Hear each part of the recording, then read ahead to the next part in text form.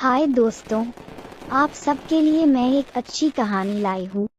देखो और पसंद आई तो लाइक और हो सके तो एक कमेंट करें और सब्सक्राइब कीजिए। चलो कहानी सुने। Goldilocks and the three bears. जंगल के किनारे एक बड़े एस्टेट हाउस में एक अमीर छोटी लड़की रहती थी जो सोचती थी कि उसे हर वो चीज मिलनी चाहिए जो उसका दिल चाहता है, चाहे वो चीज जरूरी हो या नहीं।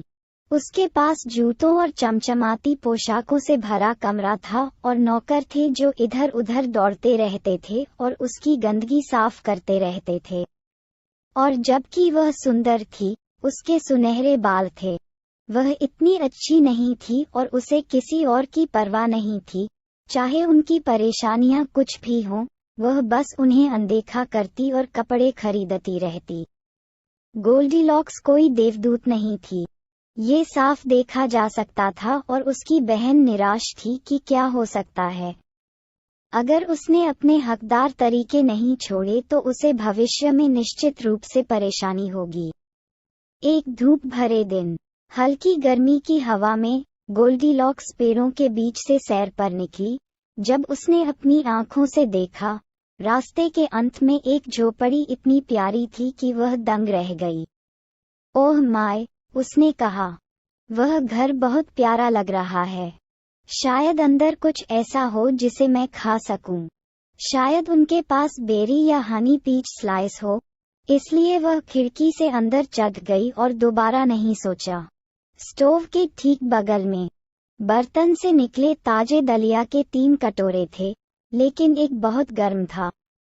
एक इतना ठंडा था कि व्यावहारिक रूप से बर्फ जमने लगी थी। लेकिन छोटा कटोरा गर्म था और उसे ये काफी अच्छा लगा। इसलिए उसने इसे निगल लिया और आग के किनारे कोने में 3 लकड़ी की कुर्सियों को देखने चली गई। वह बड़ी कुर्सी पर चढ़ गई, लेकिन वह बहुत ऊंची थी। इसलिए उसने बीच में नरम कुर्सी पर चढ़ने की कोशिश की, लेकिन वह बहुत नरम थी, किसी ऐसे व्यक्ति के लिए जो इतना दुबला पतला था। लेकिन छोटी कुर्सी एकदम सही लग रही थी। हाँ, ये बिल्कुल सही थी। लेकिन जब वह उस छोटी सी कुर्सी पर बैठी तो वह टुकड़े टुकड़े हो गई, लेकिन उसे इसकी परवाह नहीं थी। उसने फैसला किया कि वह थोड़ी देर के लिए झपकी लेना ज्यादा पसंद करेगी। इसलिए उसने बिस्तरों को आजमाया और देखा कि वह कौन सा बिस्तर इस्तेमाल करेगी। बड़ा बिस्तर बहुत बड़ा और असुविधाजनक रूप से कठोर था। अगला बिस्तर बहुत ज्यादा मुलायम था और उसके पैर की उंगलियां हिल रही थीं। लेकिन छोटा बिस्तर इतना आनंददायक था कि उसने खुद को ऐसे लपेट लिया जैसे कि यह उसका अधिकार हो।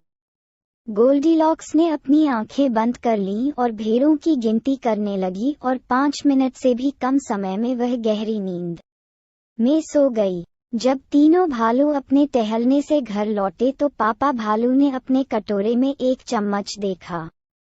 किसी ने मेरा दलिया खा लिया है, पापा भालू ने गुर्राहट के साथ कहा। किसी ने मेरा भी दलिया खा लिया है, मामा, भालू ने गुस्से से कहा। फिर बच्चा भालू एक गगनभेदी दहाड़ के साथ चिल्लाया, किसी ने मेरा दलिया खा लिया है और अब कुछ नहीं बचा। फिर पापा भालू ने देखा कि उसकी कुर्सी खिसक गई है। कोई मेरी कुर्सी पर बैठ गया है और मुझे यह मंजूर नहीं है। वे मेरी कुर्सी पर भी बैठ गए हैं, मामा भालू नाराज हो गया। और फिर बेबी भालू चिल्लाया, मेरी कुर्सी नष्ट हो गई है। इसलिए भालू ऊपर की ओर रेंग कर गए ताकि यह पता चल सके कि वहां कोई नहीं है। लेकिन बड़ा बिस्तर उखड़ गया था और बिना किसी देखभाल के बनाया गया था। बीच वाले बिस्तर के तकियों को फिर से व्यवस्थित किया गया था और छोटा बिस्तर उबड़ खाबड़ लग रहा था, जो कि अजीब था। जब गांठ ने खर्राटे लेने शुरू किए तो भालुओं को झटका लगा जब उन्होंने देखा कि एक छोटी लड़की एक सुंदर गुलाबी फ्रॉक में उनके घर में सो रही थी। नहीं, वे अकेले नहीं थे। हाँ, कुर्सी तोड़ने वाला वह बदमाश अभी भी उनके घर में था। वह बिस्तर से कूदकर भाग गई और भविष्य में उसने तय किया कि वह जंगल में अकेली नहीं घूमेगी, जहां वे डरावने भालू रहते हैं, क्योंकि भालू क्या कर सकते हैं, कोई नहीं बता सकता। गोल्डीलॉक्स को घर आए हुए 1 घंटा भी नहीं हुआ था कि शेरिफ ने दस्तक दी और वह काफी उदास दिख रहा था। सुश्री गोल्डीलॉक्स, हमें शिकायत मिली है कि आप भालू के घर गईं और बिना रोक टोक के तुमने उनके बच्चे का नाश्ता खाया और एक छोटी कुर्सी तोड़ दी और उनके बिस्तर पर सो गए, लेकिन उसे इसकी कोई परवाह नहीं थी। मैं भूखी और थकी हुई थी, इसलिए मैंने खाया और सो गई। कानून शेरिफ ने बस आह भरी।